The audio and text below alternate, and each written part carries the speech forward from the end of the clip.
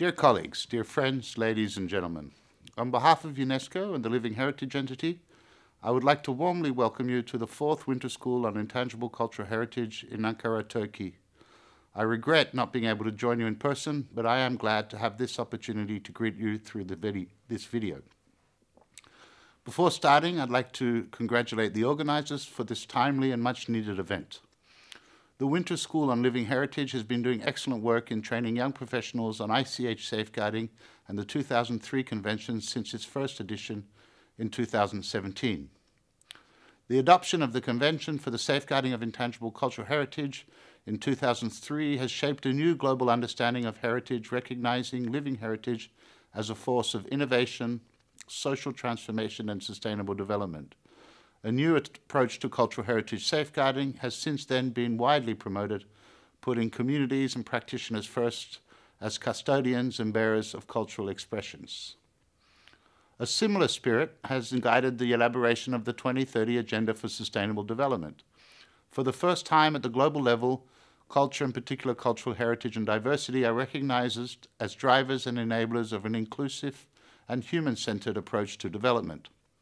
In this context, the 2003 Convention plays an important role as a tool for realizing the potential of intangible cultural heritage for environmental sustainability, for inclusive social and economic development, or peace building. In 2016, the General Assembly of States Parties adopted a new Chapter 6 of operational directives for the Convention dedicated to the safeguarding of intangible cultural heritage and sustainable development at the national level. These directives encourage states and communities to see living heritage as a wellspring of solutions to eradicate poverty and hunger, to create decent and green jobs in the cultural sector, in arts, crafts, in music, and many other fields.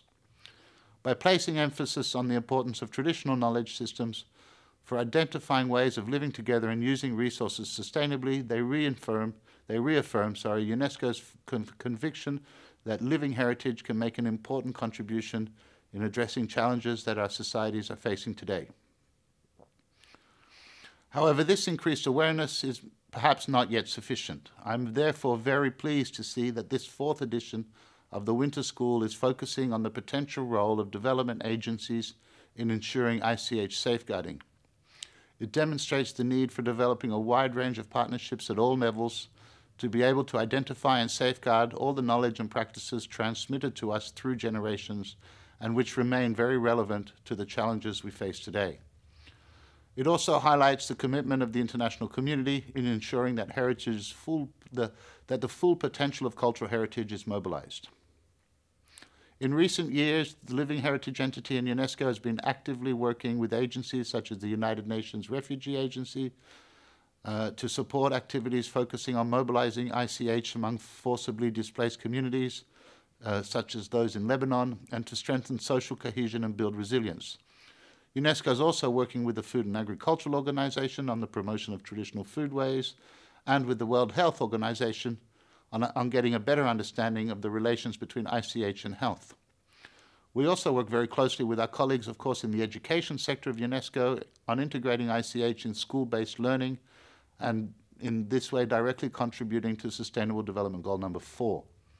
Our experience so far has shown us that by joining forces and creating synergies, we can leverage resources, expertise, and competencies to promote the ideals and values of the 2003 Convention to achieve common development goals and strengthen the visibility and impact of our action.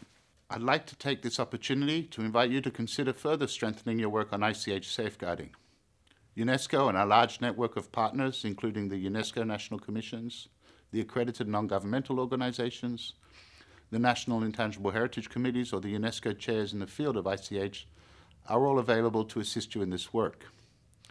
I trust that the debates over the following days will allow you to share experiences and discuss new ideas about the ways in which we can strengthen our cooperation on safeguarding ICH for sustainable development. I very much look forward to learning more about the outcomes of your debates.